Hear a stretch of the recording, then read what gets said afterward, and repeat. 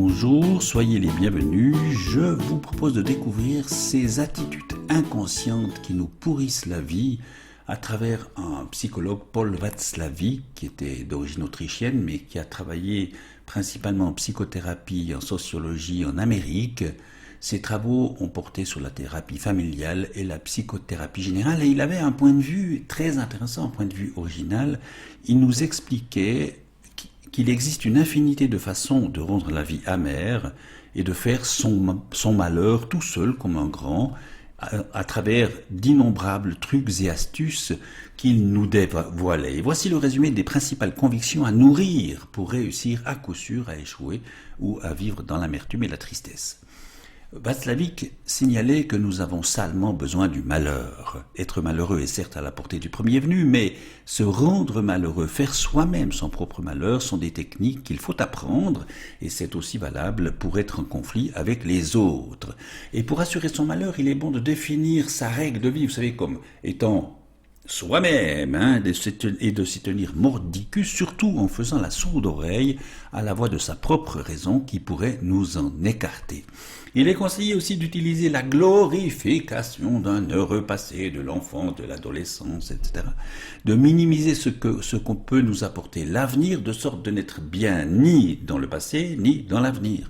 De bien ancrer toute chose dans le regret et la culpabilité fataliste. Jamais je n'aurais dû, mais désormais il est trop tard.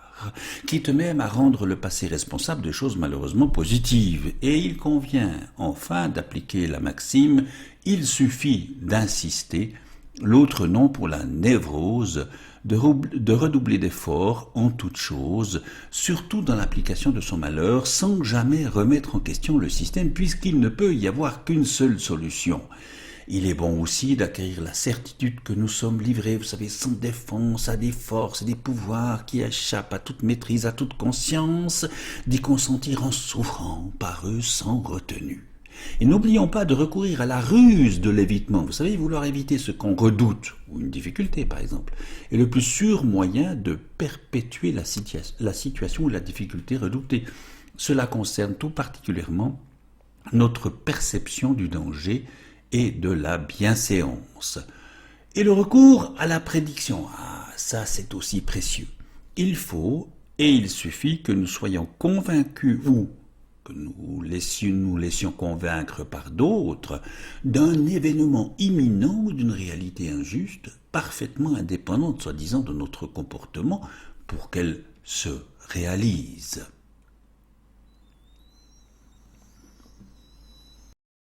Il peut être très utile aussi de se fixer des buts idéalistes, des buts utopiques. Vous savez, utopia, ça veut dire quelque part, nulle part.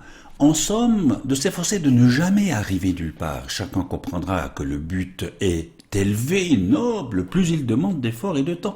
Ne pas y arriver est donc acceptable. Et pour échouer, n'oublions pas de pratiquer la démolition des relations en semant toujours la confusion entre les faits, l'objet ou les ressentis, et la relation, le gain ou le soupçon. La variante puritaine recommanderait ici de tout faire sans ne jamais en tirer aucun plaisir. Et l'un des musts consistera à se soumettre au paradoxe du soi spontané, une variante du soi heureux, comment accomplir par la volonté ce qui devrait être spontané. La confusion, soigneusement entretenue en double contrainte paradoxale, permet une fantaisie illimitée dans ce domaine. Le piège de l'amour aussi, qui devrait être une liberté, alors qu'il réclame une fidélité ou une constance, va nous aider aussi grandement. Il suffit de ne jamais accepter en toute simplicité et gratitude que la vie peut nous offrir à travers l'affection de quelqu'un, en se posant plein de questions, en restant vigilant et sceptique et soupçonneux, ça marche à tous les coups. Et n'oublions pas de pratiquer, à propos de tout, même tout particulièrement de l'altruisme, la stratégie du doute et celle du soupçon. Il y a toujours des motifs moins avouables, moins nobles derrière de bonnes intentions, de bonnes actions. Dans la relation d'aide comme dans le dévouement, il y a risque de collusion. Je voudrais être sanctionné et confirmé dans la vision que j'ai de moi-même ou dans ce que je désire montrer. Et l'autre est alors désiré tel qu'il me le faut et non pas tel qu'il est. L'opacité demeure un atout précieux. Il s'agit d'affronter toutes les preuves du contraire en continuant de tenir ses avis, sa propre conduite pour évidente et normale. Ce sont les autres qui sont des tricheurs, des menteurs. Pour bien consolider l'enfer, il faut considérer la vie comme un jeu à somme nulle, à somme zéro, dans lequel la seule alternative est de perdre ou de gagner. L'enfer y gagnera encore si nous considérons toute la vie comme un jeu à somme nulle, en imaginant qu'on ne peut gagner tous les deux, qu'il faut vaincre l'autre pour ne pas se perdre soi-même, et qu'il est impossible de vivre en équilibre ou en harmonie. En résumé, comme disait Dostoïevski dans Les Possédés, l'homme est malheureux parce qu'il ne sait pas qu'il est heureux. Ce qu'il faut traduire par la situation est désespérée et la solution désespérément simple. Pour se rendre heureux ou malheureux, on pourra aussi, par exemple, concevoir l'univers comme une machine infernale, froide, insensible et hostile, juste bonne à combiner les possibles. Il faudra bien sûr se persuader de ne rien pouvoir en recevoir de cet univers, donc de devoir tout lui arracher. On imaginera aussi que tout est vain en ce bas monde, que les humains sont des pervers, sadiques, narcissiques ou masochistes, dominés par leur inconscient et leurs pulsions malsaines. On est tous des aliénés, des mendiants d'amour, des tricheurs et des menteurs pathologiques, en quête toujours de sécurité, de pouvoir, de richesse, de gloire ou de jouissance égocentrique. L'injustice ne sera bien évidemment pas de ce monde, elle sera tout au plus la punition par la réincarnation qui va contraindre les méchants à devoir changer de vie, recommencer et recommencer encore, ou la punition par le feu de l'enfer des religions du livre.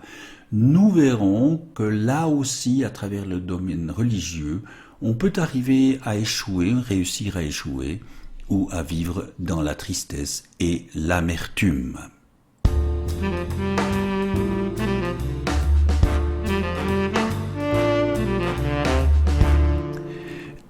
Dans le domaine religieux, pour bien attirer le malheur, l'amertume ou la tristesse, il va falloir associer le péché à une chose inévitable. Il est bon de consentir à cette terrible réalité, à cette force, à ce pouvoir diabolique qui échappe à toute maîtrise, à toute conscience, et d'y consentir en une souffrance expiatoire sans retenue. Pour notre malheur, nous aurons quand même à tenter d'éviter le péché, la faute, à voir le danger de la tentation partout, en connaissant malgré tout l'issue fatale de la chute qui ne manquera pas de se produire. La ruse de la piété nous servira d'évitement acceptable, mais elle ne fera, à vrai dire, que perpétuer la situation indépassable du péché. Et en cultivant intensément la conviction que la tentation est partout, que le péché est en somme constamment tapis à notre porte sans même que nous l'ayons voulu, nous arriverons invariablement à ce que notre prédiction se réalise. Nous serons culpabilisés par nos actes, nos pensées. La foi nous servira bien sûr à définir l'utopia, le nulle part accessible. Il nous suffira de nous fixer des buts et des objectifs très élevés en faisant des efforts sans jamais pouvoir y arriver, bien sûr. La confusion vient toujours du tentateur. Elle nous évitera de nous interroger sur les liens entre les objets et les relations. Et le plus sage est encore de s'évertuer à ne ressentir aucun plaisir. Jésus n'est-il pas mort injustement sur la croix pour nous? Et nous tirerons profit à multiplier les injonctions paradoxales. Sois bon croyant, fervent, confiant, repentant, reconnaissant et tant d'autres choses encore. Nous pourrons ainsi mélanger à l'infini la volonté et ce qui devrait être spontané. Le sujet de l'amour désintéressé ou simplement humain nous occupera toute notre vie. N'y a-t-il pas derrière toute bonne action, tout élan ou tout bienfait de la vie une mise à l'épreuve, une tentation, une ruse du tentateur? La vigilance et le scepticisme seront de mise, car le tentateur est rusé et pervers. Et pour notre malheur, nous ferons en sorte de nous rappeler que Dieu ne peut pas nous être favorable parce que nous sommes pécheurs, en y associant bien sûr tous les autres autour de nous. Et l'opacité sera notre allié. Il s'agit d'affronter toutes les épreuves de la vie à travers un schéma punition-récompense bien établi que les incroyants ne voient bien sûr pas. Ils ne le peuvent ni le veulent. La vie ne peut être un jeu à somme nulle. Nous serons tous jugés et condamnés. Dieu seul sera le gagnant. Il faut donc s'en rappeler tout au long de notre vie. En conclusion, l'homme est malheureux parce qu'il ne sait pas que Dieu, l'univers, la divine matrice, lui est favorable. Ici aussi, la situation est désespérée et la solution désespérément simple. Nous verrons comment éviter tous ces pièges, comment la science unifiée de Nassim Haramein nous invite à privilégier une autre approche.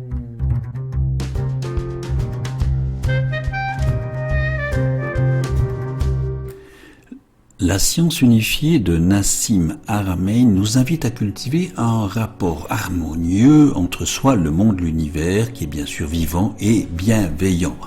Comme nous avons déjà pu l'invoquer, l'univers est vivant, holographique et fractal à tous les niveaux, de l'infiniment petit à l'infiniment grand. Tout est issu d'une intelligence vibratoire originelle, tout se manifeste en feedback par échange permanent avec la mémoire de l'espace-temps qui se manifeste par une conscience universelle, et tout est fait de vibrations, d'informations, d'énergie et de matière.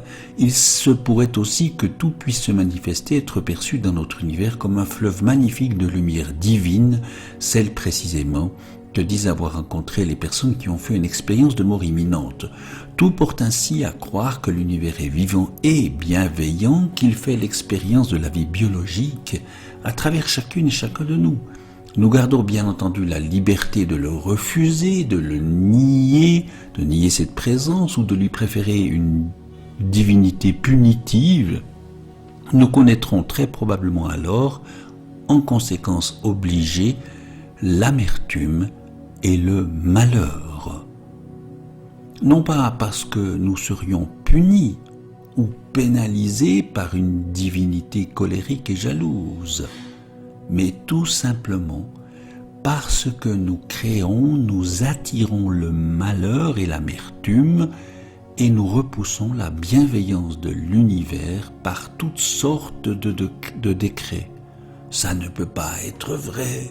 Ce sont des contes à dormir debout, des pensées enfantines, et pourtant, il serait grand temps de réaliser mentalement, de ressentir émotionnellement et de préférer instinctivement adopter ce qu'est la conscience universelle, parce que la conscience universelle est la matrice de toutes les formes de vie dans l'univers.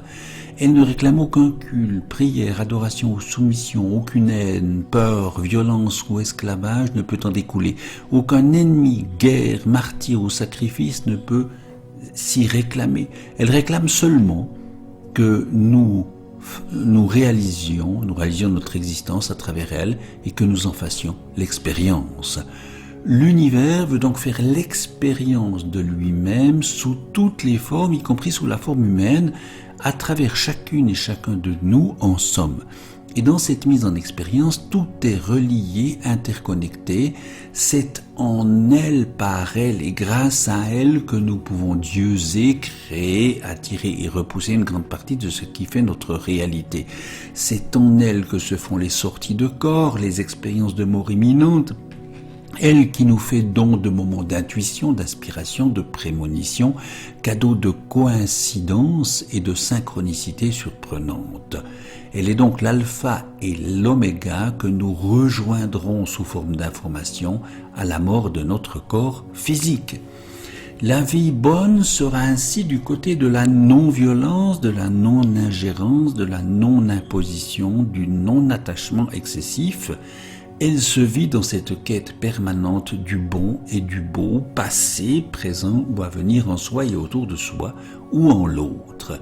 Elle se vit dans le juste équilibre, la juste relation à toute chose. Elle privilégie ainsi l'harmonie, donc tout ce qui est beau, bon, utile, agréable ou nécessaire pour y parvenir.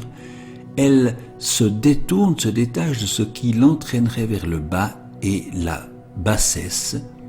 La vie bonne étant ce lieu intérieur océanique et intime où les désirs et les besoins sont apaisés, tout comme les fausses croyances, les culpabilités et les peurs.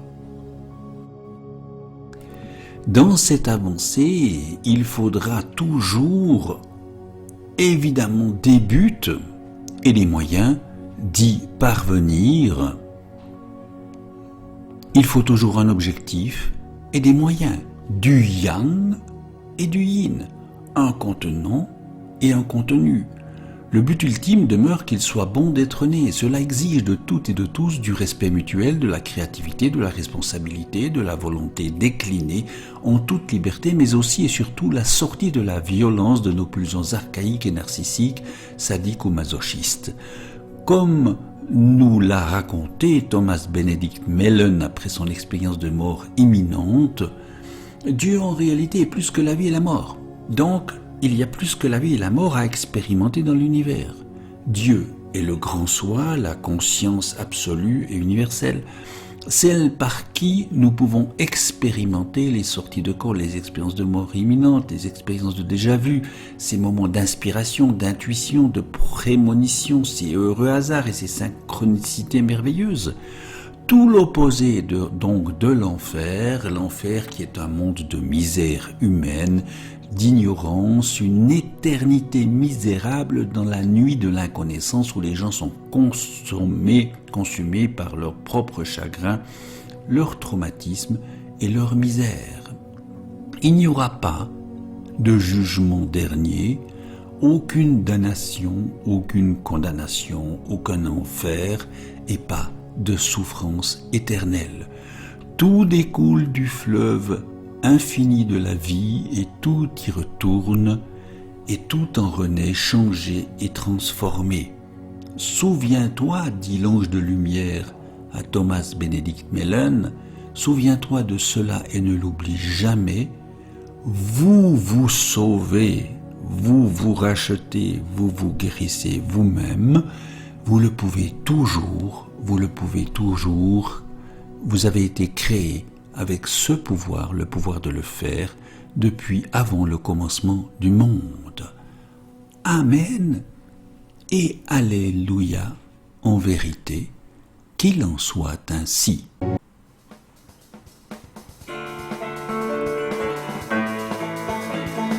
L'univers n'est pas hostile, il est même plutôt subtil. Un père, une mère, toujours la loi, mais aussi l'amour. C'est la matrice du réel, la conscience omniprésente, l'information qui enfonce à grande et petite échelle. En lui, en elle, en elle.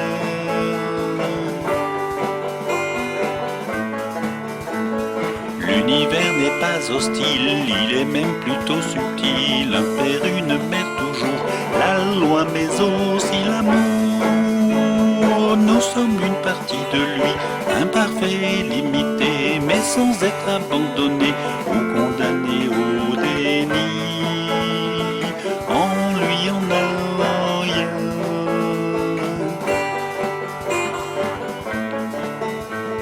L'univers n'est pas hostile, il est même plutôt subtil. Un père, une mère, toujours la loi, mais aussi l'amour. Tout en provient, à vrai dire, tout y retourne d'ailleurs. Il n'y a rien d'autre ailleurs, en elle rien ne peut mourir.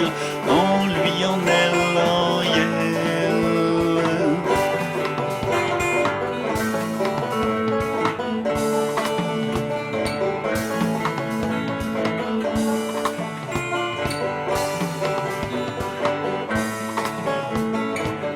provient, à vrai dire, tout y retourne d'ailleurs. Il n'y a rien d'autre ailleurs, en elle rien ne peut mourir.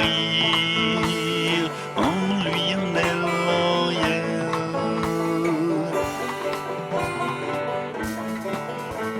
L'univers n'est pas hostile, il est même plutôt subtil.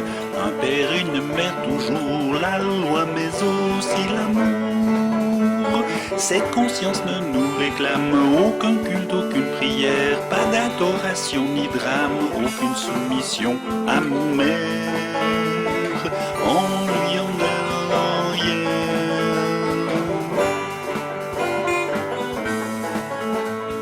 L'univers n'est pas hostile, il est même plutôt subtil. Un père, une mère, toujours la loi, mais aussi l'amour. Dans cette conscience, il n'y a aucune haine, peur ou violence. Tout est conçu comme une chance, la vie bonne en sa présence. En lui, en elle,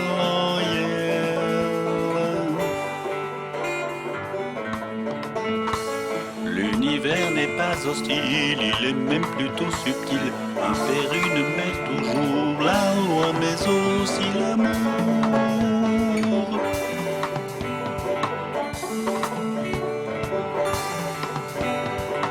En lui, en elle,